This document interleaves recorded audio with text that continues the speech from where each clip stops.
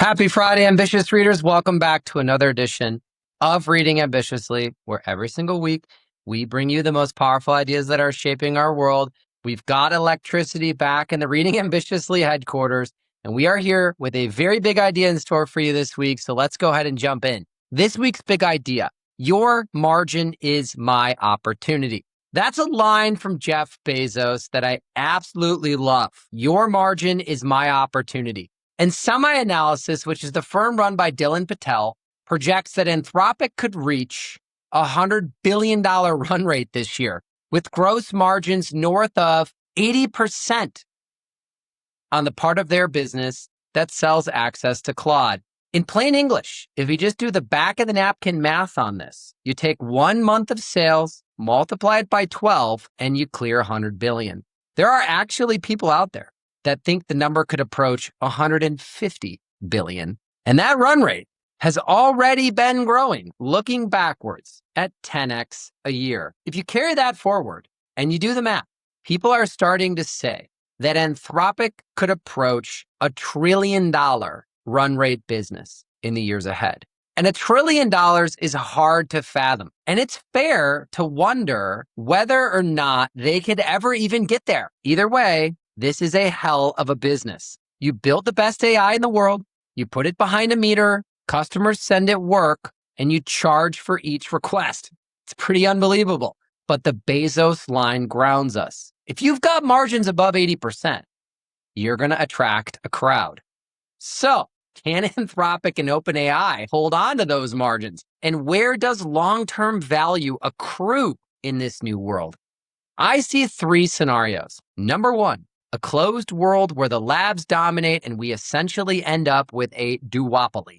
Number 2, an open world where models become a commodity. And number 3, a hybrid world where companies use a mixture of both. And I don't know which one is going to win. So to work through them together this week, we should start with where the scarcity sits today by understanding the supply chain. And what I keep thinking about is this data center that I am driving past in central Wisconsin.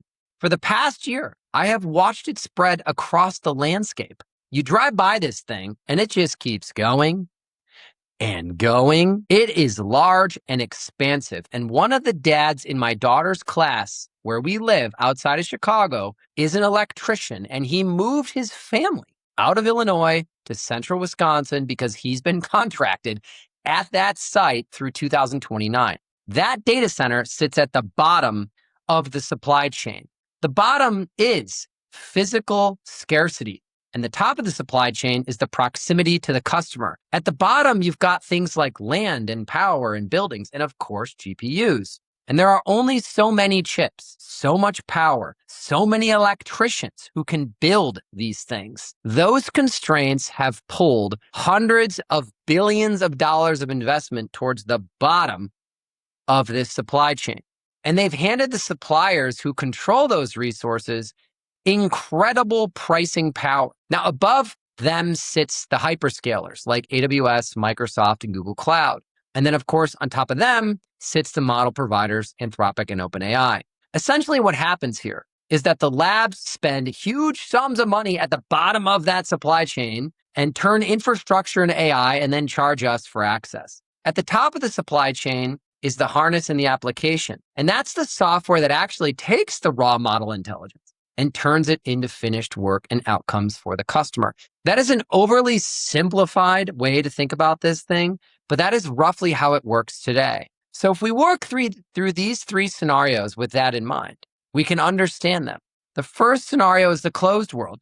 This is the case where the labs lead compounds, and essentially they run away with the best models, attract customers, more revenue, buys more compute, it buys the best talent, it buys more research, scale, lowers the cost of serving each request, and of course, enterprise customers pay a premium for reliability, security, governance, and the capabilities that they cannot get anywhere else, locking them further into the labs. Because the labs are building applications and harnesses around their models as well, which makes the layers harder to pull apart. Anthropic is already pushing up this stack. They've launched Claude Code, Claude for Life Sciences. They have purpose-built workflows in legal, and financial services. There's a good chance that they run away with it in scenario number one. And for that to happen, frontier intelligence needs to stay scarce. The best AI available for the hardest work. And the labs, they need to keep improving fast enough that open alternatives never become credible substitutes for what they're doing, which is why the second scenario is such a threat for their business. We call it open source. Open weight is a probably more accurate term for this. And several of the highest scoring open weight models in the world come from, you guessed it, China. You've heard their names, GLM and Kimi and DeepSeek. And if those models get as capable as the leading closed models, then Anthropic and OpenAI would be under immense pressure to win at the application layer instead, because access to the model would command way less of the total margin.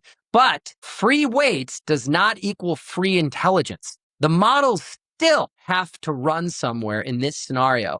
And frontier size open models, they are hungry for expensive chips and a lot of memory and of course a lot of power. So if a company skips paying the model provider, it may wake up and find out that it has become its own cloud provider, which leaves two very big questions about scenario number two. Can the open models keep pace with the frontier? And is running them actually cheaper once you account for the whole system? The thing is, they may not have to get all the way there to be a credible threat. An open model that's just good enough for the job in front of you could still dramatically change the economics long before they ever reach the frontier, which is why the third scenario, the hybrid world, is so interesting. You see, using the most expensive model in the world for every task is like using a Ferrari to deliver the mail. If open models get just good enough for high volume work, the labs may keep the hardest problems, but still face immense pressure in the broad middle, because applications and enterprises would have credible alternatives to their model products. OpenAI's own lineup already splits the frontier from volume. They've got Sol for the hardest work, Terra for everyday work, and Luna for fast, cost-sensitive work. Just a couple of weeks after launching this family of GPT 5.6 products, OpenAI cut Luna's prices by about 80%. Now picture a company where they keep Sol for frontier level intelligence, but swap out Terra and Luna for cheaper open weight alternatives, because a model router would give them the ability to assign each request based on the task and the quality and the cost that you need. The customer asks for the work, and these routers eventually decide which models do it. Now, in this scenario, OpenAI still owns the frontier, and it charges a premium for it, but it stops collecting a toll on everything else. And the labs start to look a lot more like Intel Inside, a very critical component in someone else's finished product. Which brings me to what I think the biggest variable in all of this is, which is the application. We call it a harness today, but I suspect we will call it an AI native application tomorrow. When you give an AI a job, the model is only one part, maybe one of the most, if not most important parts of the system. But the harness is the system around the model that finds the right files, gives it the tools it needs, figures out how to do the work, checks the results, and knows when to pull in a human. The customer just experiences a product that works. And there's this benchmark called the ARC AGI 3, which asks AI agents to learn unfamiliar puzzle games with no instructions. And when OpenAI let GPT 5.6 actually run against this benchmark and made some tweaks to their harness while keeping the same model, they 3x'd their score at 1/6 the cost. They didn't use a new model, didn't wake up smarter, they changed the harness. Now, Anthropic engineer Jess Yan makes the point that harness design depends on the model itself. Every piece of the harness exists to compensate for something the model cannot reliably do yet. And as the model gets better, some of the support the harness provides falls away. So if the labs keep the model and the harness tightly coupled, they will retain more of the margin. If the applications can switch between several capable models, more of that margin will move to the top of the stack in the application, which is closest to the customer. I think we should look at Cursor as an example of this because they're a major application provider. Their customers turn to them to get help writing code. And today, Cursor now routes those tasks across different models in their model router.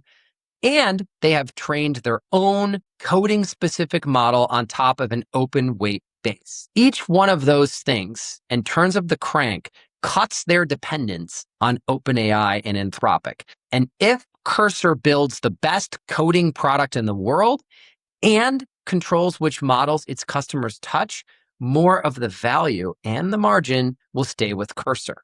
Now, that is still a very big if. Ultimately, we are asking where the scarcity will live. Today, it lives with power chips, data centers, and frontier AI labs that are only a handful of companies. But years from now, that supply chain may look about the same, and Anthropic and OpenAI still leading at the model layer and owning the applications above it. That could be one scenario. Or we could see the stack split and frontier intelligence stays scarce, but enough everyday intelligence becomes interchangeable enough that some of the margin drifts closer to the customer in the application. And the harder thing to build may sit somewhere you can't see from I-94 in central Wisconsin, the application that understands the job to be done and engineers the ability to generate that outcome and knows what finished work looks like. Now, Mr. Bezos doesn't tell us where the margin ends up, but his quote reminds us that once you have it, competing it away becomes somebody else's mission in life. Have a wonderful weekend, ambitious readers. It's my pleasure to be with you. Please do take care of each other. I'll see you again next week. Bye-bye.